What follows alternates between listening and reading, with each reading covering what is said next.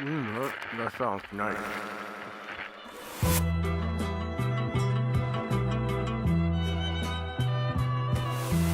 So we're here in Cubase. I am in 8.5 because I didn't see much reason to upgrade as of now. I got a little beat sampler here back from 2013. I just had sitting on my computer. I'm going to use to run through some of the models and show you the plugin. Now, as you know, bringing up a plugin, very simple. Selecting the inserts, and there you go. You'll see flavor down there, the 64. I'm in the 64-bit version of Cubase. Gonna load it up.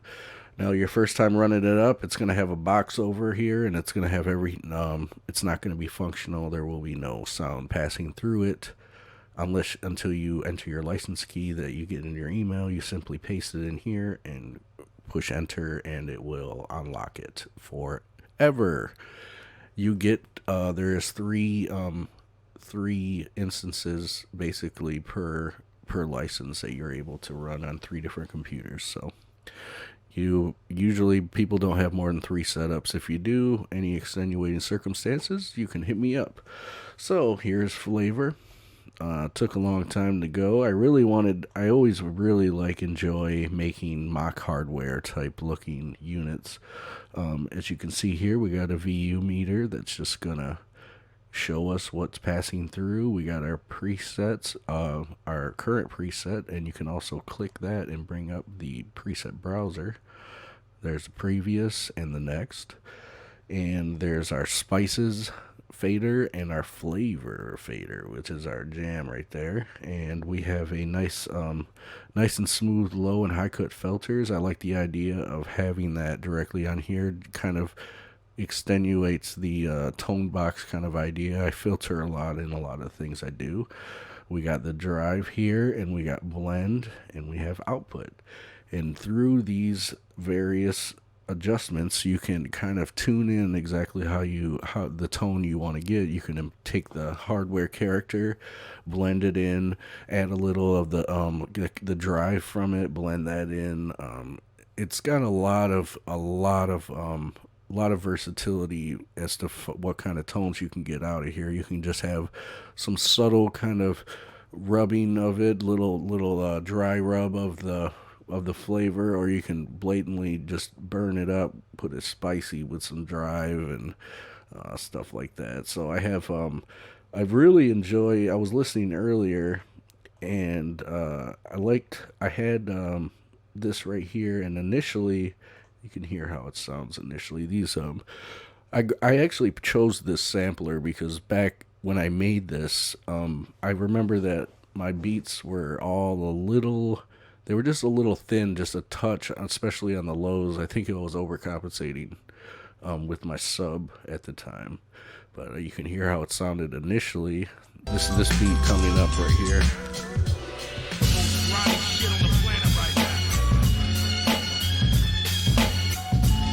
I love this beat.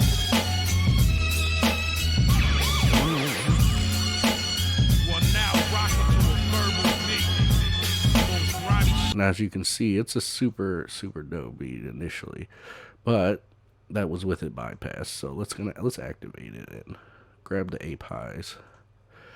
I actually had saved over the initial preset because I had a nice blend. If you can see, I added some spice, blended it in, some drive.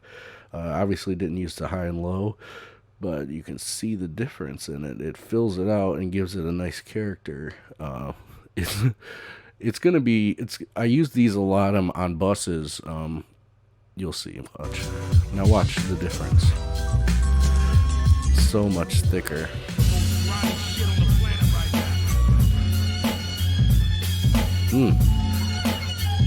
You hear that? The highs have a thing.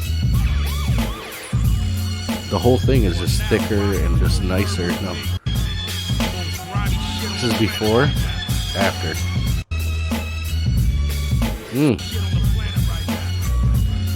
That sounds I very much like that. It's just just one of the examples of, that was me kind of playing with it earlier. But I'll start from the front and we'll just kind of go through some. Everyone really, one thing I noticed over here, doing these dynamic convolutions, is there's always a nice lows. There's a lot of lows and highs being affected here, and I think when people had made these initially, they died down the responses that they were getting when they would sample with the convolution, just to make it so it wasn't as noticeable. But I mean, to me, I like the idea of it being very noticeable and then being able to blend it and die it down more so. So that was the ape pies. If you can think of what would be ape. Oh yeah. So I never wanted to use any actual names. I don't know the legalities beyond that, but so yeah, I'll play through some presets here. I remember specifically something I like to use is the what I call the Aviation Master EQ. I really like that, how that sounds on things. I believe that is in my preamps. Oh, that's in hardware.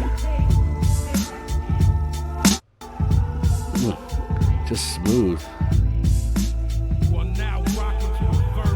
It really smooths it out. Listen to the difference. Too snap, just abrasive. Now listen. Now, there's a lot that we can do here. So the spices is essentially a lot of drive here. So we can drive it a little bit and then fade that in. Give it some drive, some little bit of, that's a little too much right there. Let's go back. Now we can blend in some of the original signal to bring back some snap.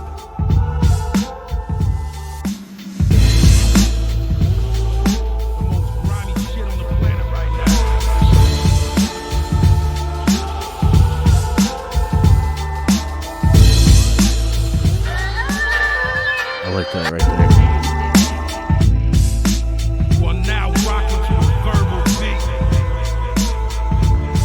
Yeah, that's way better now. So now it has the snap and the thickness. See, I was adjusting the blend. Okay. It's just missing. It doesn't have none of that butter.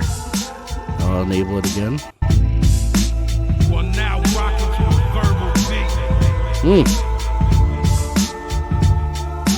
I want to save that. That's a nice one. Anyways, it's pretty much that's a great example of what it does. Is there, it kind of just adds that something. I can't really explain it. It really something that you find out over time once you deal with some of these high end pieces is the you're really getting a lot of low mid and some high harmonics there that are going on that are just kind of filling it out. It almost seems, when you hear in comparison, as you see here, it just seems empty. Like it's clean. There's nothing wrong with it. Like if I heard it, there's nothing wrong with it. But if I hear it with it, it makes me feel completely different. Are you kidding me? Now it's got sauce. It's got that flavor, and that's what we call it. So basically, the usage of this is that the spices is a lot of some extra harmonics that are being brought to the table via the drive of whatever unit we've kind of figured out. And so the amount of drive that you want is set here, and then you can blend that with the initial dynamic convolution.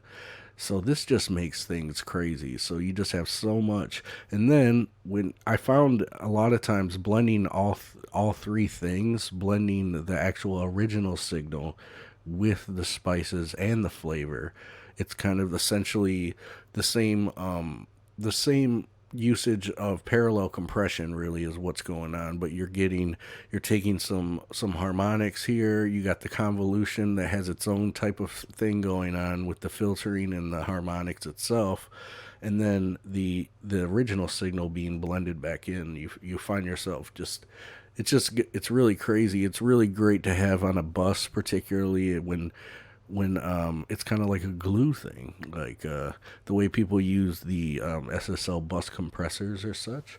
So yeah, the flavor itself. This is the amount of convolution that you're going to be using, and the spices is you fading in the amount of drive that you got. So beyond that, you could do simple things like you could have it.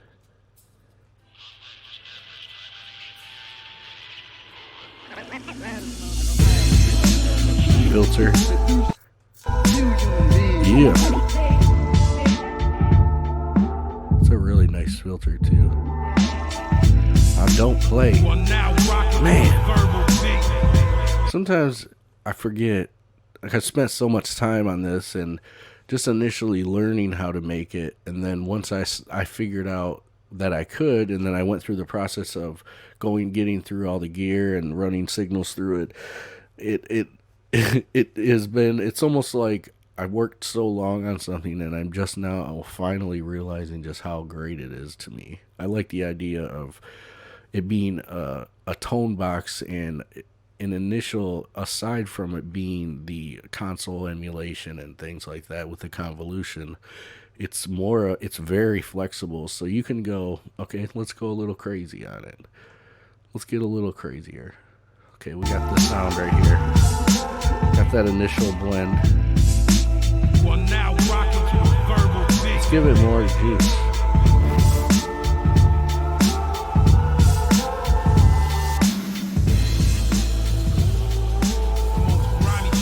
You hear that?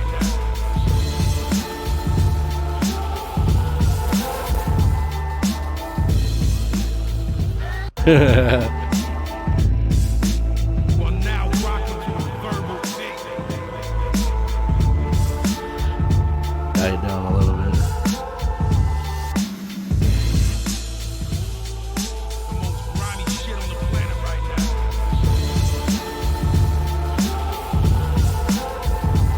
That's pushing it. Ooh.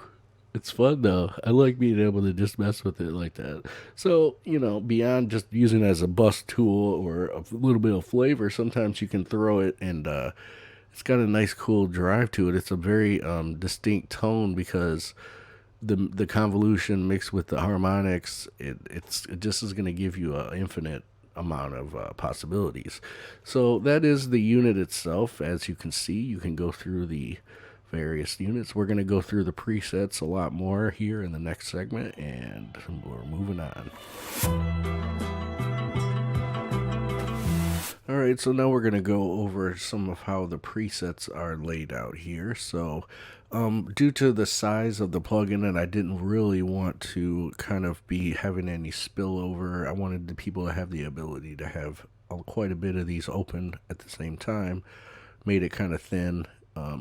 Didn't need a lot going on, and as you can kind of grab what it says initially, but it's got 7 different categories in consoles, hardware, which is preamps essentially, and compressors and such. However, I kind of made this more of EQs.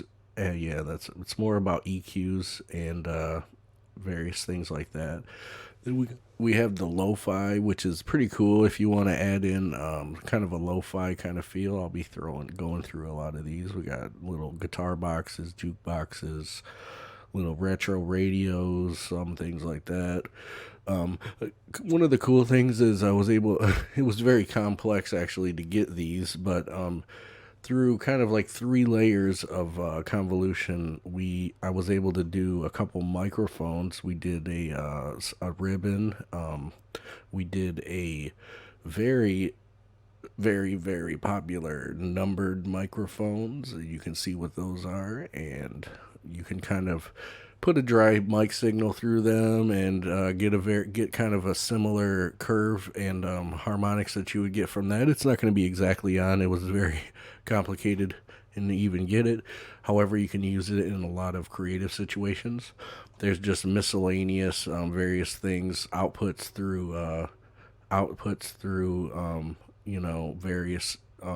pieces of equipment, little handmade radios and synthesizer outputs and things like that. Then we got the preamps. These are more what you would think mic preamps, line preamps. The names should give you a good idea of what they are once you look them up. Focused. You got British. What do you think that is? Ape. Aviation. It's silver. And then I have a long list of just various tubes I was able to kind of utilize. We just kind of switched them out, and there's a nice list of just how some different tubes react to audio, the harmonics, and the tonalities imparted by them as well. So you got a nice, very broad selection in comparison to just say those which you would get traditionally. So we already went through the initial Ape High. If you remember, it's I had that setting really good here. I liked it. It sits nice. Way better with it on.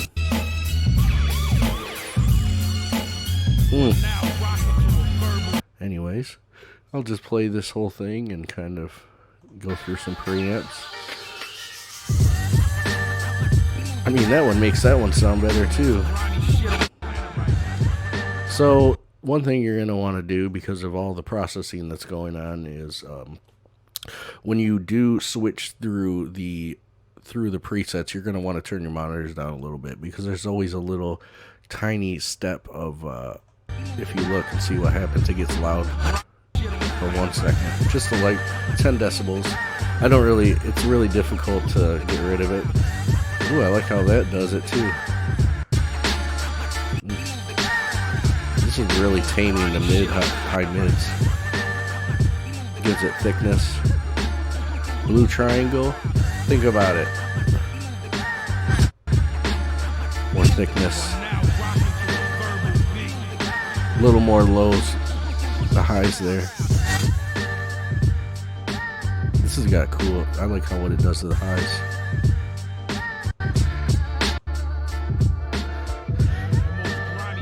Give us some nice harmonics. Let's see what this one. This has really got a lot of butter going on. Really, really thickens it and kind of muddies it up. Ooh. I like that. It's getting slammed. Let's give it some spice.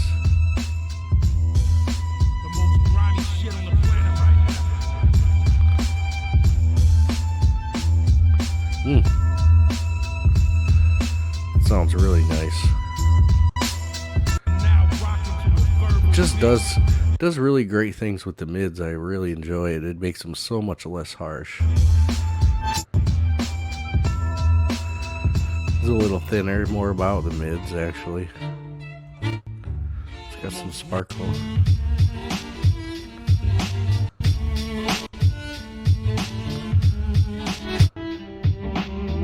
That's really thin. This is a thin convolution.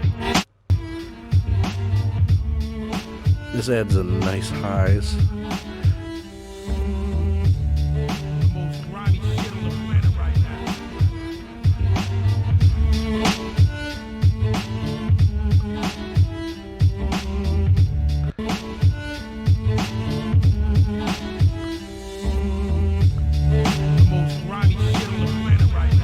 Right there.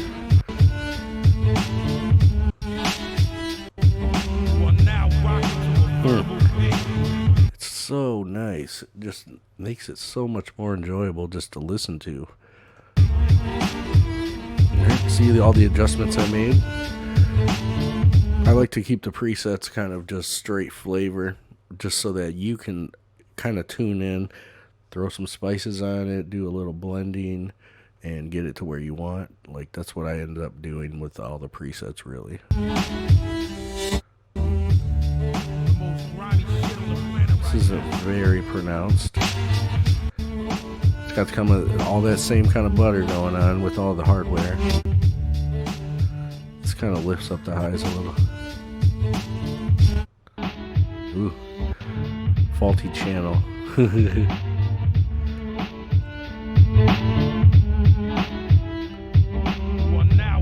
Sounds exactly what it sounds like. I like that. More thickness.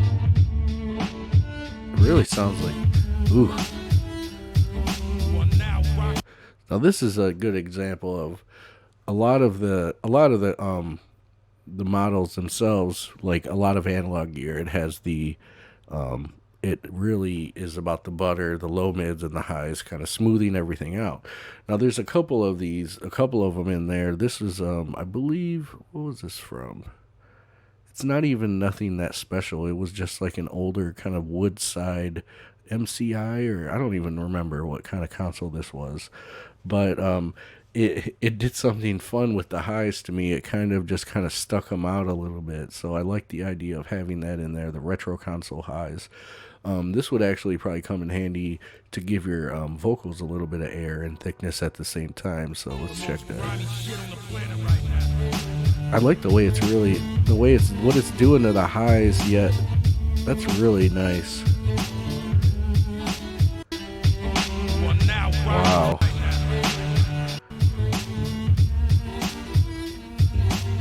Wow, that's really sweet. I said sweet like it's 1996. I enjoy that very much. It's all about, individuals, what you're trying to get out of it. Over time of having flavor, you're going to understand, like, okay, well, I'm kind of looking for, try to add some air to this, or if I want to kind of glue everything together, you'll find some things that are a little less, pronounced. But this would be an example of something where you would want to, that was maybe say that it was a touch muddy, there wasn't no snap in the highs, and it just missing the harmonics up there. So this is an example of that. I totally overlooked this preset. It's very nice. So let's keep it playing. Oh, well, you know what that is, right? It's very nice. It's adding thickness. Blend it in.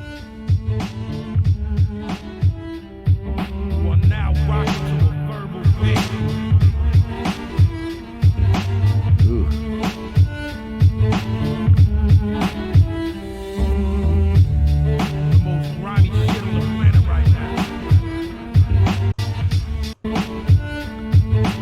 Much better. TL, well, if you know anything about consoles, just know that they're purple, and it's something that's thick. This is a USA console. Let's see what this is doing. It really, honestly, makes it sound like it's on tape.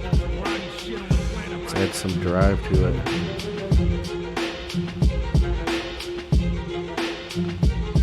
Ooh, I like that. Hear what it's doing with the kick?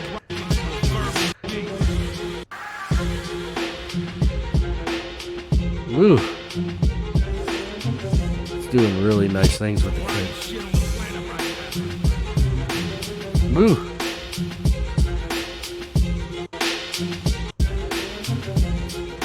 Wow. Wow. That's really nice. Let's get into some other stuff, into the hardware section. That was only in the consoles, by the way, that we just rolled through. A lot of variation just within that category. Ooh, very mid-heavy here.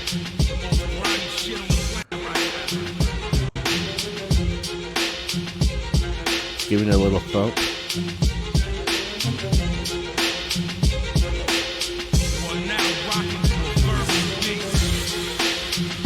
Ooh, I like that. Could even bring this down.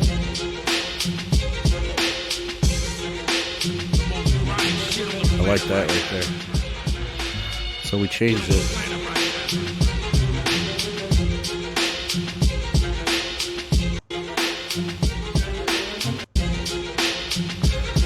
it's more of a matter of taste there. You definitely are adding some low mids there and kind of rounding out the highs a little. I like it. This is arguably my favorite thing to put on the bus, though. It just does magic. Like, I'll like what it does with the lows and highs of the Aviation Master EQ. Just think of something that starts with the same letters and is silver, but it's wonderful. Ooh.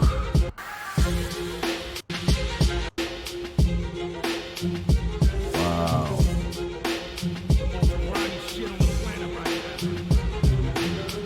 It makes that kick sound so great. Yeah, it ain't nothing, man. Listen to that. Holy crap.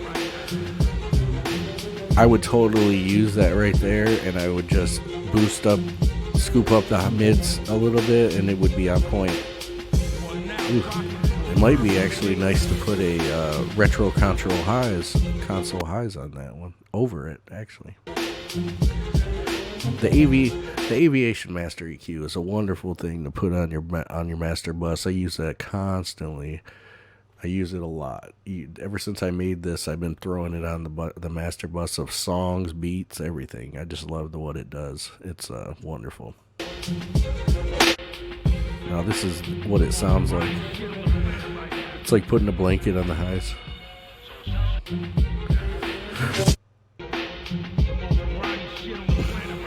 What does that sound like? It's doing a little more different. This, now that we have stumbled upon this one, magic. This has got a little magic. This is a very, very versatile model here. If you can tell by the name, blah, blah, blah. I was able to extract some of the magic that comes from this beloved hardware piece. And one of the things that I really enjoy about it is its versatility that I got from this particular one. I actually use this on vocals, even with I'll use this with plugins that are emulating it and then putting this over that, and it actually is giving me the sound that I got from the actual hardware when I've been able to use it. I don't have a lot of time where I get to be around the real the black and the blue faces. Actually, Blueface I've never been around as much. Many people haven't because they're very, I think just the algae ones.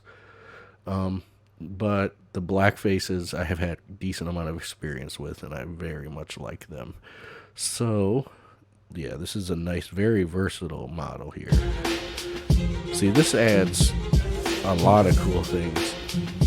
Now, you hear what it's doing to the lows and the highs and the mids. It's giving everything a little more juice. I love this one.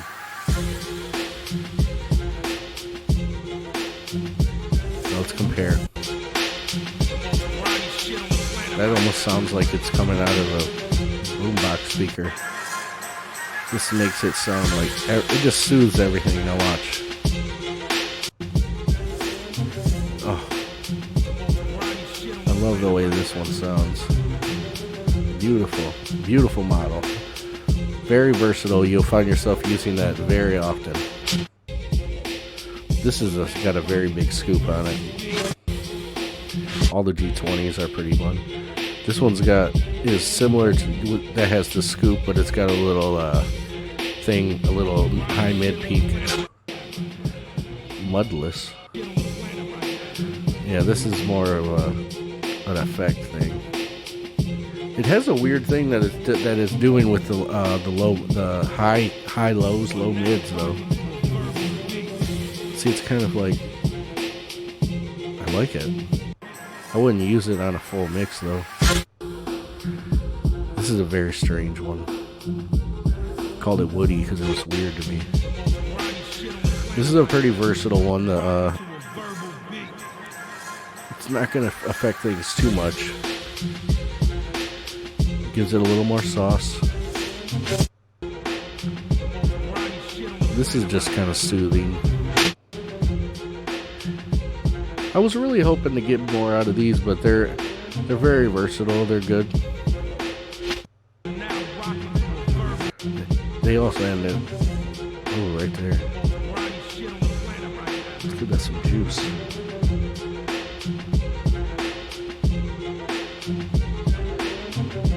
Like that.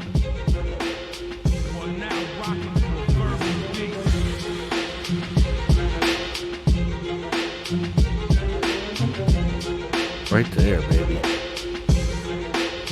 It's just wonderful how you can kind of like get great tones out of almost every single model if you mess with the blends and the spices. Ooh.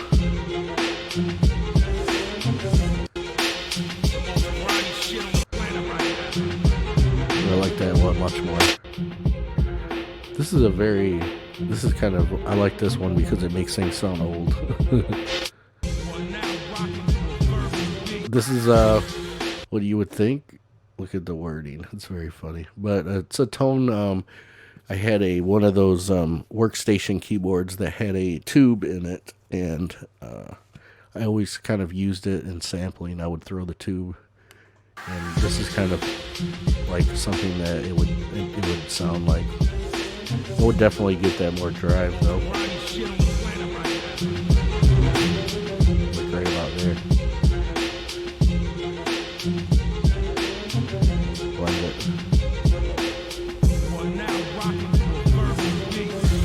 That's nice.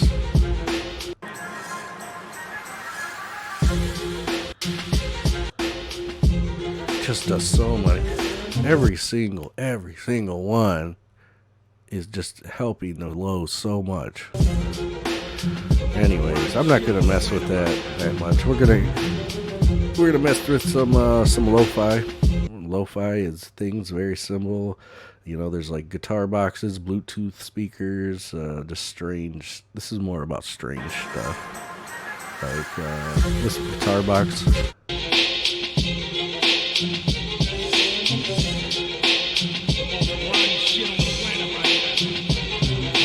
It really, that one I wanted to spend some time on because I enjoy messing with, I like throwing those types of things in my beats and my songs.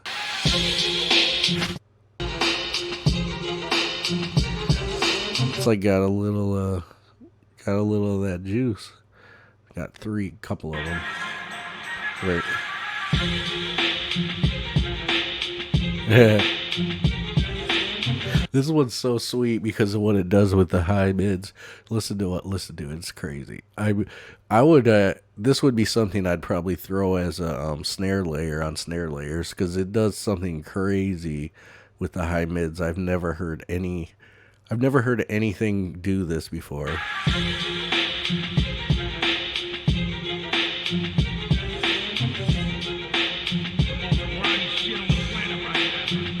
It's almost like it adds a reverb to it, a distorted reverb. Anyways, lo-fi, jukebox, a little bit of line ins, muddy jukebox.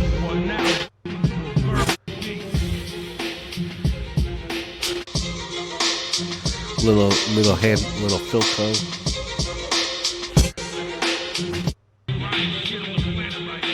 Little retro box.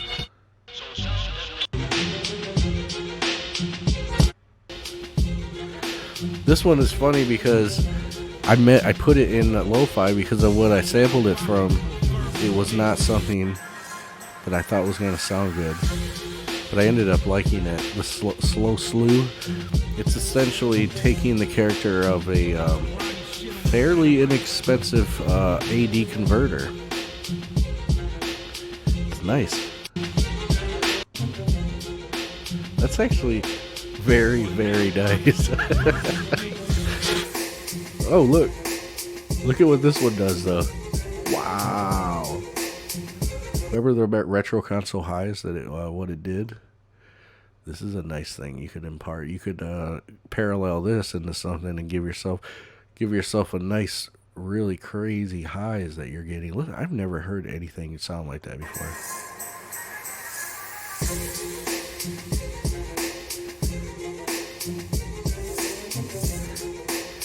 It's insane. That's such a cool tone. Smiley. We know what that is. This is actually fairly subtle. Smooth mud. Somewhat small. There's another radio. Those are all the lo-fis. I actually really enjoy the lo-fis. Now, this isn't going to sound quite right, but I'm going to throw it on there for the heck of it. These are the microphones. They're kind of the curves of the microphones.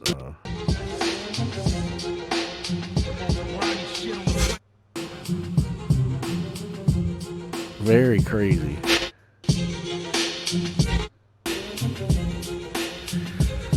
The U, this one actually has an admirable highs. That one does as well.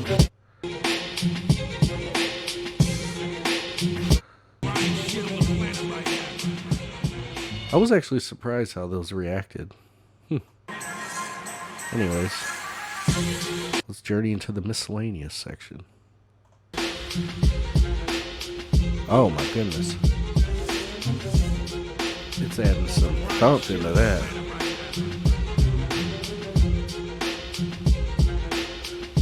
Wow. Wow. That's a nice one for lows, by the way. I didn't even know that. This is a fairly subtle.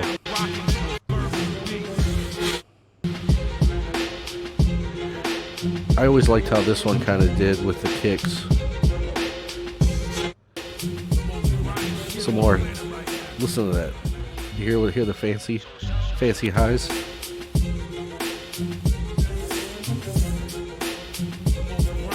It's doing crazy things. Yeah, the Philco was supposed to go into the lo-fi. I'm not really sure why.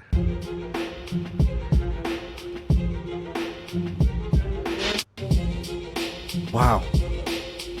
I like that. Wow. They all are so sweet. Like, everyone has its own kind of allure to it. There's just so many. Valves, vintage, too bright. Let's see what too bright sounds like. Oh my goodness. They all have a different thing. It's insane. Preamps. Some of these are just remarkable to put on vocals, but I actually use them a lot of times on buses. Buttercream, baby. That flavor. This does a lot of cool stuff to mids. I like it. See what it does to the transient? Wow. One of my favorite pre's. I had to capture the butter. I drove it a little hard so it would round it out. Ooh! These preamps are really versatile.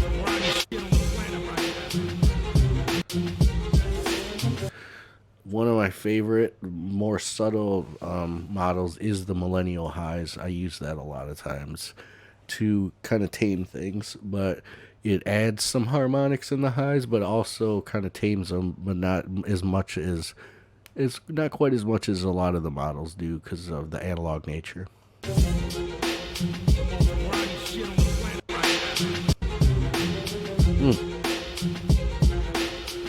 It's so nice.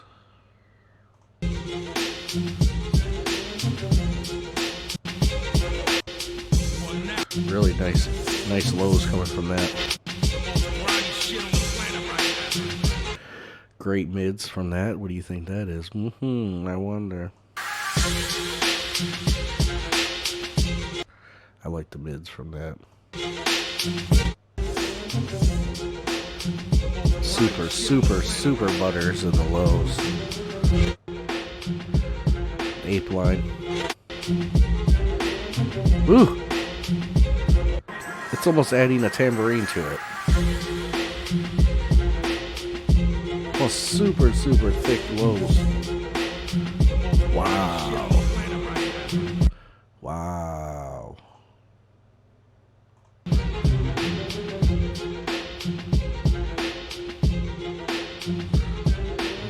look, it's my favorite friend.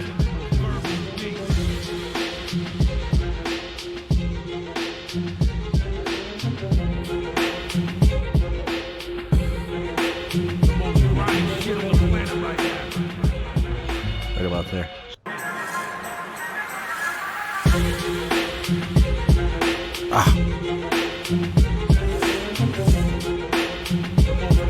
You have this, people are gonna say, you're gonna say, oh, where'd you mix that? And you're gonna be like, on my computer. And they're gonna say, you're a liar. You're gonna get in a fight. So that's the pre's. The tubes are crazy because it was a lot of variation here actually. In kind of what was going on. What happened? Oh yeah, this has the old presets. So the tubes in the updated version, I had to redo the tube presets because they all got all messed up. Yeah, see, the top 3, I believe. Ooh.